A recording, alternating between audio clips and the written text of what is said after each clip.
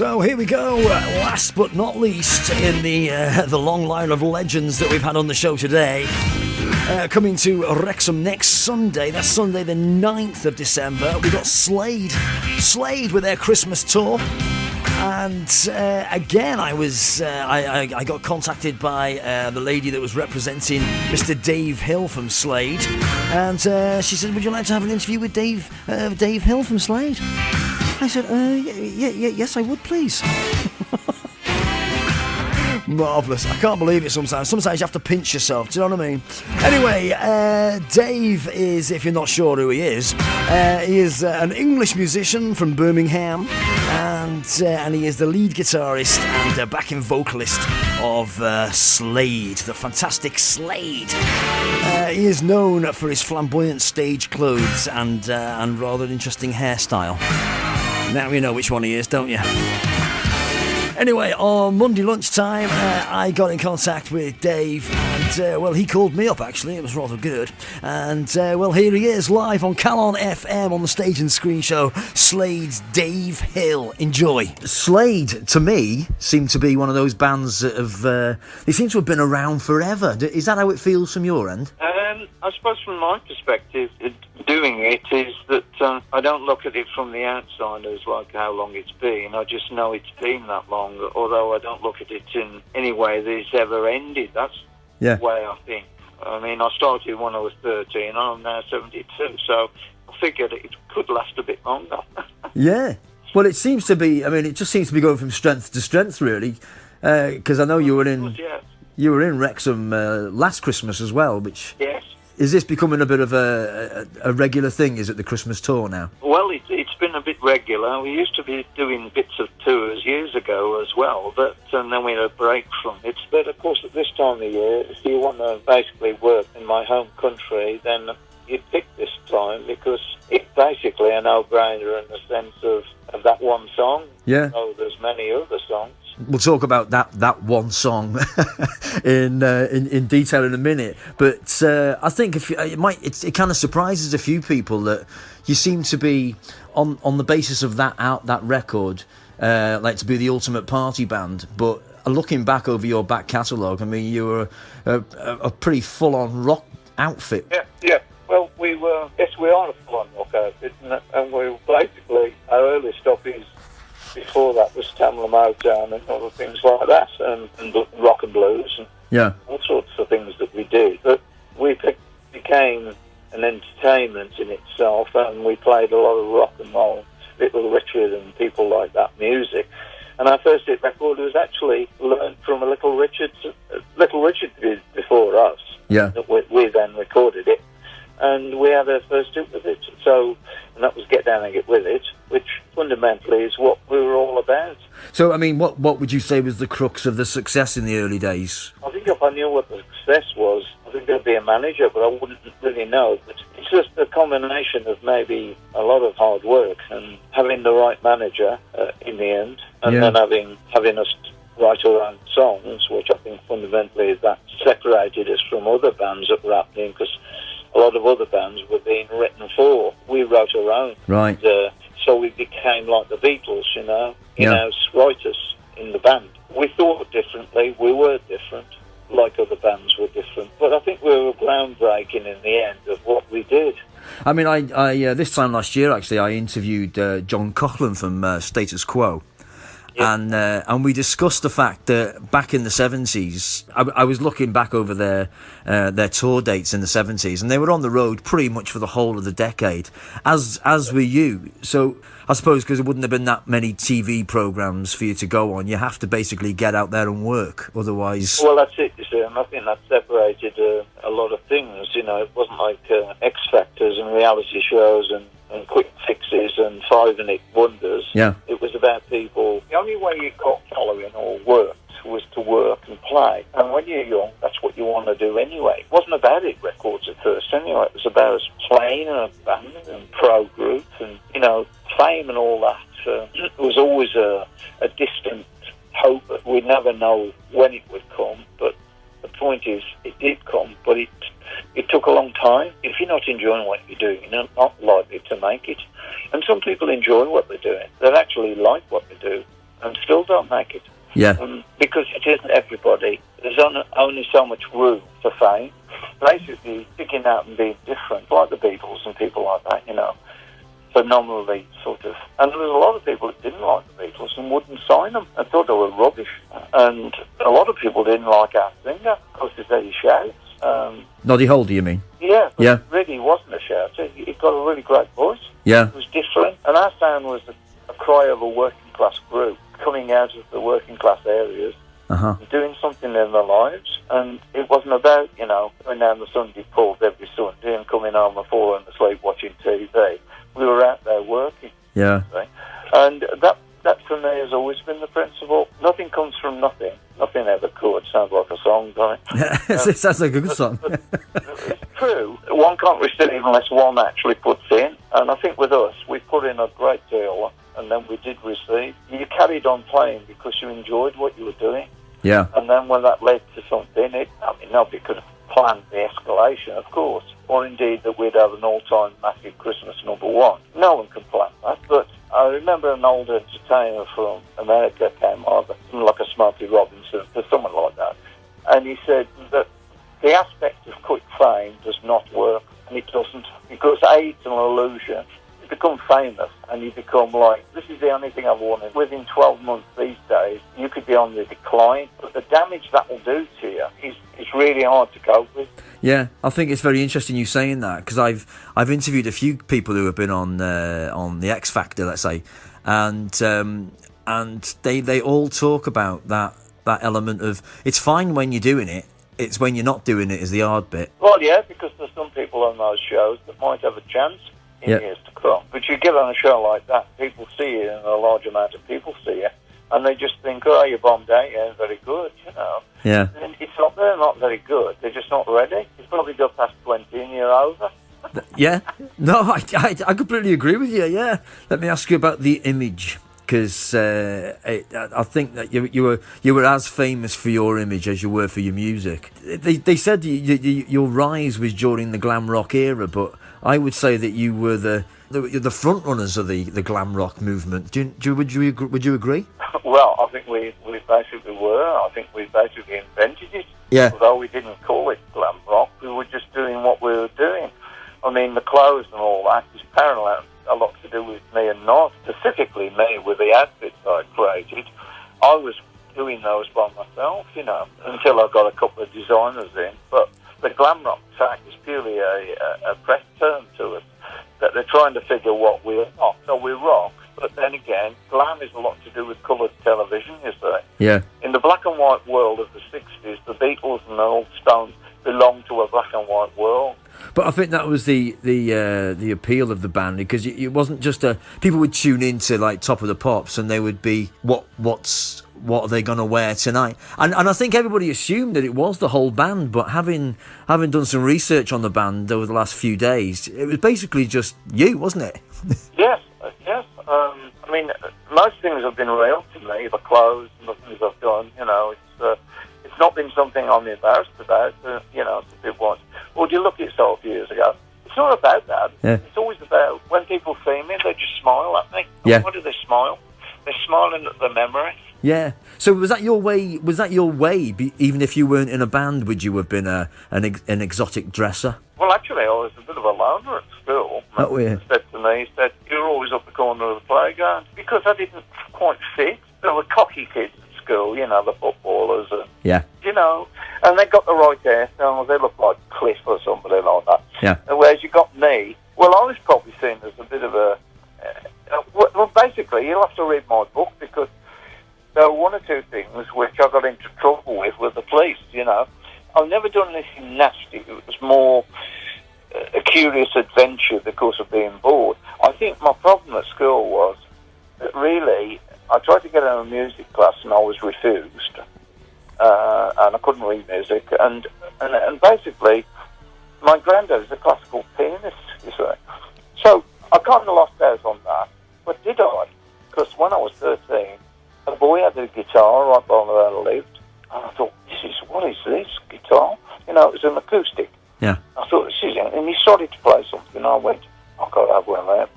And I got Dad to buy me one, a cheap one, a nasty one, actually. but I wanted to learn it, and that was it. Right. I started that journey. I'm left-handed, the guitar's upside down. Then I learned to play it right-handed. Yeah. Teacher, and I got on with life. Basically, I found something which, and I think it may be a true story of a lot of people. I'm not exactly reserved, but there were that time of uncertainty at school and teachers and strictness and, you know, and system and being taught this and taught that. So I suppose when I found my way in music, I think it's always been there. My dad said to me, he said, son, he said, some people got it, some people work at it, some people learn it, but you've got it. Yeah. And that's what he said to me. But when I became successful, I found that I had a confidence which I didn't have before. And it was, I found my way, and then I become totally invested in myself. Yeah. Say, that's what I'm wearing, that's what I'm doing. You always seem extremely upbeat and happy. I know that's probably... Generally, I mean, if you read the book, you'll know there are actually some quite bad depression. Yeah. Because my mum did, and also a stroke, as you may know. But yes, somebody said to me, he says, Dave, he says, do you ever have a sad day? He says, because you always look happy. Every time I see you on stage, on top of the pops, you always look happy. Yeah. Well, those are two places where I will look happy. You know, but it doesn't mean to say that I have an undercurrent of trouble. I can't pinpoint anything. I'm just saying life is about doing something, and doing it is not actually planning it always. It's actually doing it. Yeah. That you're on this sort of conveyor belt, maybe, I don't know, but you're moving. And sometimes you come up against obstacles along the way which could derail you. We managed to get over that. You know, things that might break up the group or make you think you're not going to do it, you know.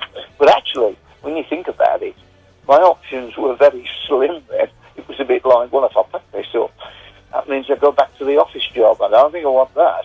But the point is, the commitment of being me is a large commitment on myself.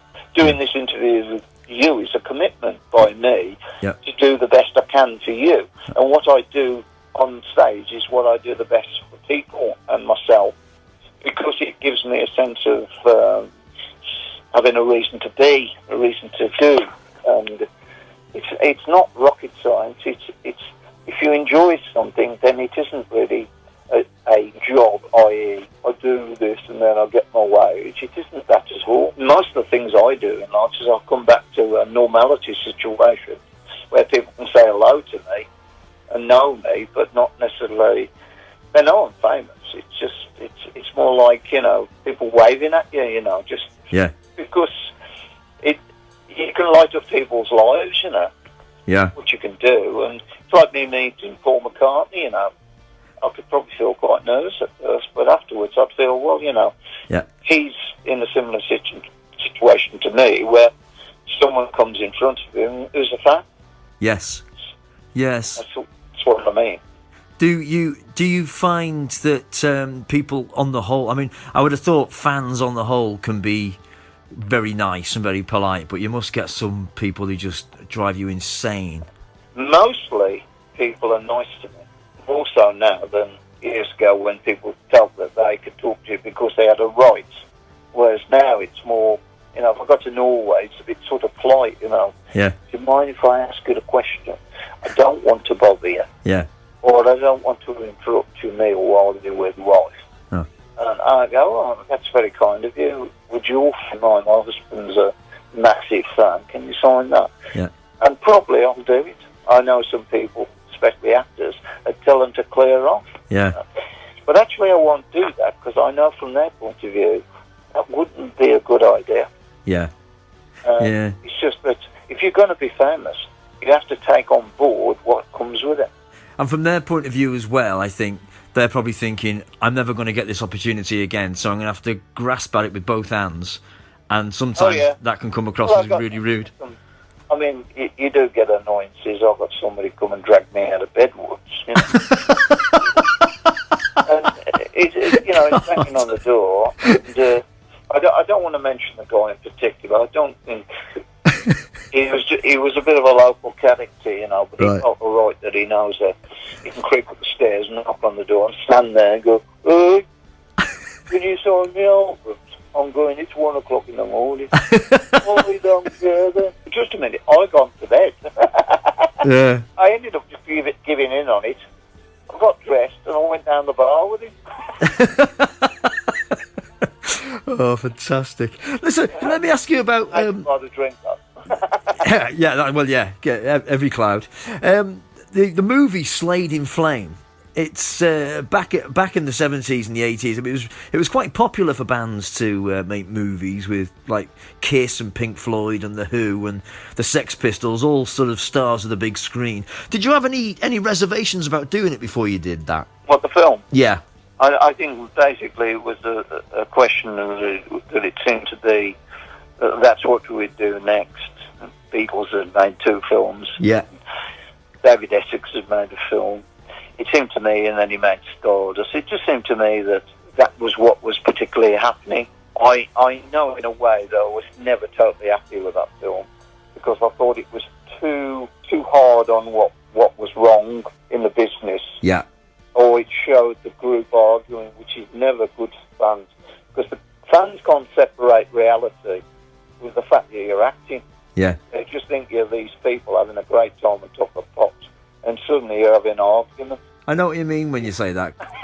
No, because I thought that, you know, when I was watching it, because I've only just learnt about it, to be honest with you, and I thought, I'll check it out. So I watched it. I've watched it twice. I really enjoyed it. I mean, some of the sequences in the film are based on stories that we know about, things that went on in the past. Yeah. But as I said to you before, is the reality is it's Slade in Flame. People can't divorce the Slade from the Flame. Yeah. You see, acting and show business, or should I say, they don't always work together, you know. So, for instance, I've been offered the Celebrity Jumble thing twice. Okay. And I blatantly refused it because I knew that people who see you in a certain way, you need to protect yourself in some ways because you don't want to come across as somebody that can't put up with what happens there and who wants to abuse their body, swallowing things you'd never swallow in your life anyway. Yeah. And I don't want to be put through. It might amuse a few people to tell me to go on, "Oh, you'll be funny, Dave." Yeah. Yes, I'll be funny, but actually, I won't enjoy it at all. Now, I don't need to learn something about myself by going in a place that's unpleasant, sleeping outside, and everybody moaning. Yeah. There's one thing sleeping on the starless light with your mate in a tent. Yeah. You know, but the jungle circumstances in Australia, and it's heavingly hot in that country. Yeah. Because I've worked there. You may stuff your face with breakfast, but then when you're basically suckering to being paid for the job, but you're suckering to the great British humour, which can sometimes be a little bit sort of odd, is watching other people suffer. You know, like, we'll have a joke here. Yeah. If you put yourself in a situation like Celebrity Gets Me Out of Here, you're going to put yourself under that microscope, you know. Yeah. And I know some people can come out of that rather good, and some people can come out extremely badly. Yeah. Which I'm viewing at the moment. Yes, I know. Do you watch it, dear? You're watching it? No, there's a couple of things that slightly irritate me. That one, I've seen Celebrity Gets Me Out of Here. I think that show was over years ago from the point of view of its value. Uh-huh. I think now it's going through the motions of the same similarities with a few little extras for people to buy. So it's just a love affair with watching celebrities fall apart. Yeah. Why do they want to do that? And you know, if you go on that Dave, he says, make sure you got a book out. Which of course you do have. And I thought, oh yeah, promotion. And I'm big on promotion, and Yeah. I go the extra mile. Yeah. You know, and I don't always get what I want, you know. And then sometimes things come to you unsought, you know. It sort of comes your way, you know, and you think that's good. But I don't think I won't take any bonuses to my life by going over there. I might take a few bob in the bank, but it isn't worth. No. And as you touched on the autobiography, I'll ask you about it. So it's called So Here It Is. It's your autobiography. Is that an enjoyable experience writing your autobiography? I think it's very liberating experience for anybody to write a love story. Yeah. Even if maybe in some cases nobody will read it. And I mean, obviously in my case, it has got read. And I did it for money. I did it because, I couldn't find a way of how to write it originally.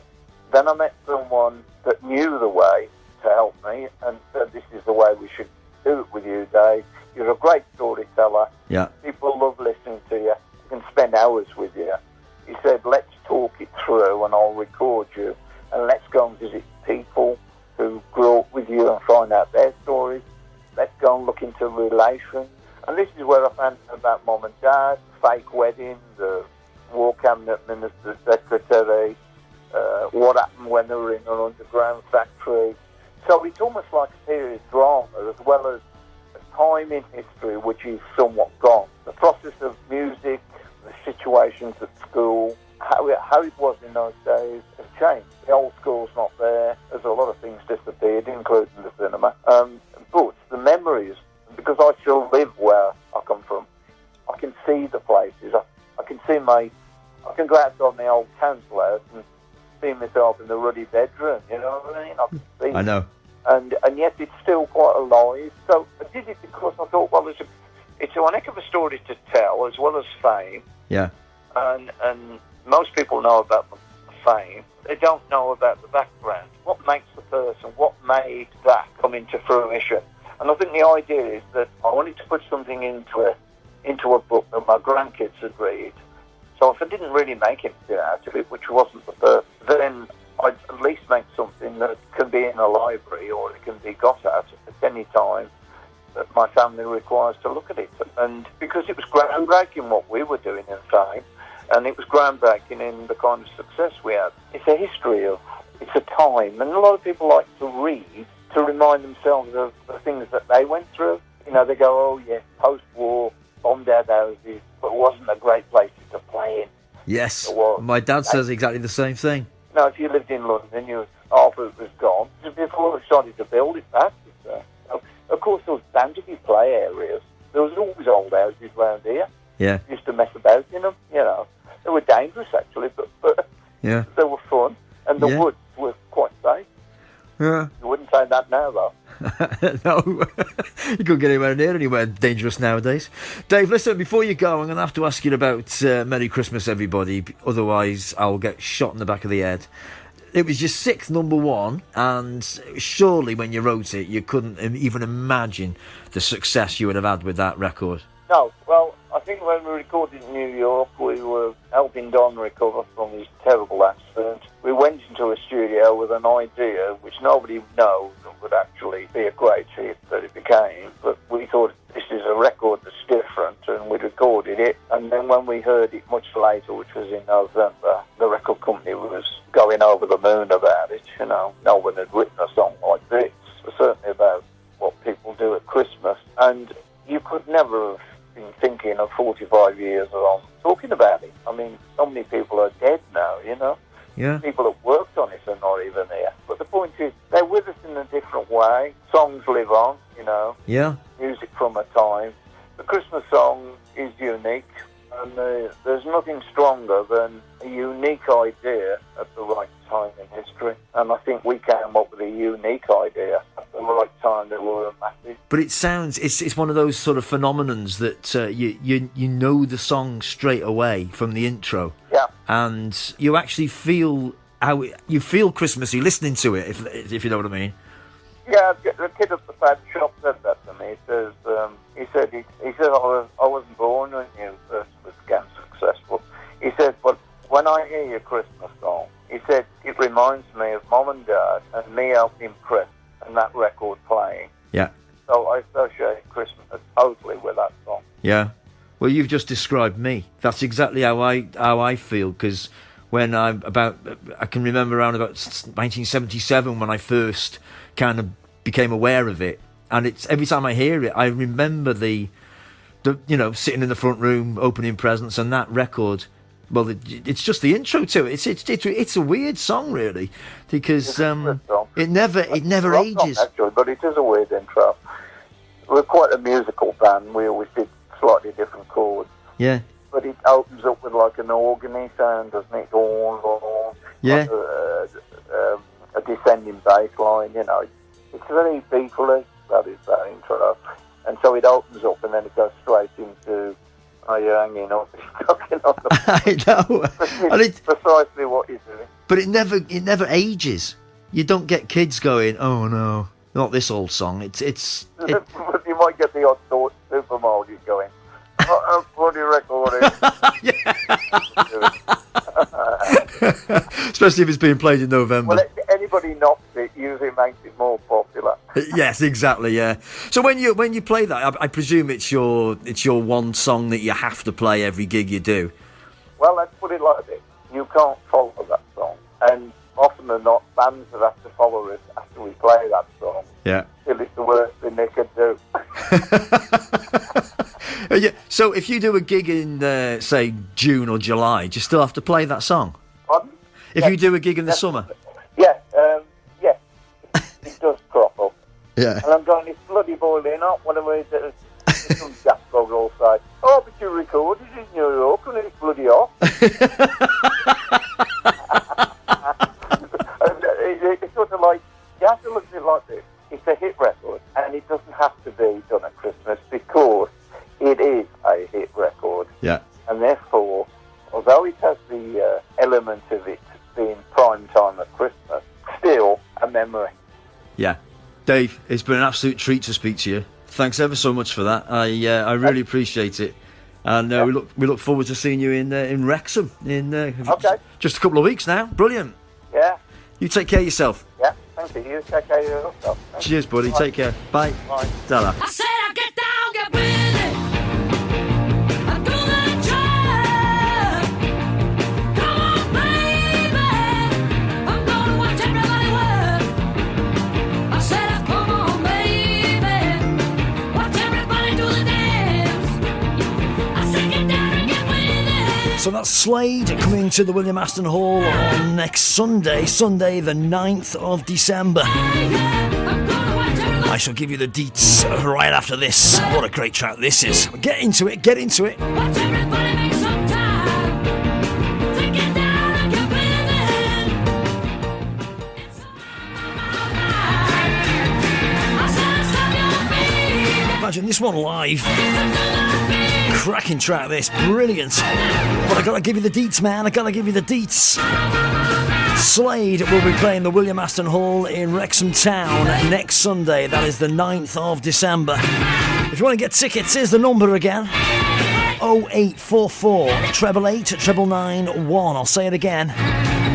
0844 888 991.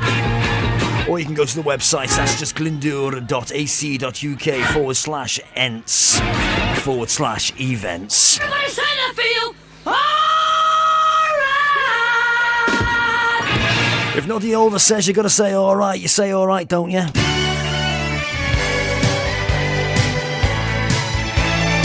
Thanks to Dave Hill for that. What an absolute treat. What a treat for me. Brilliant.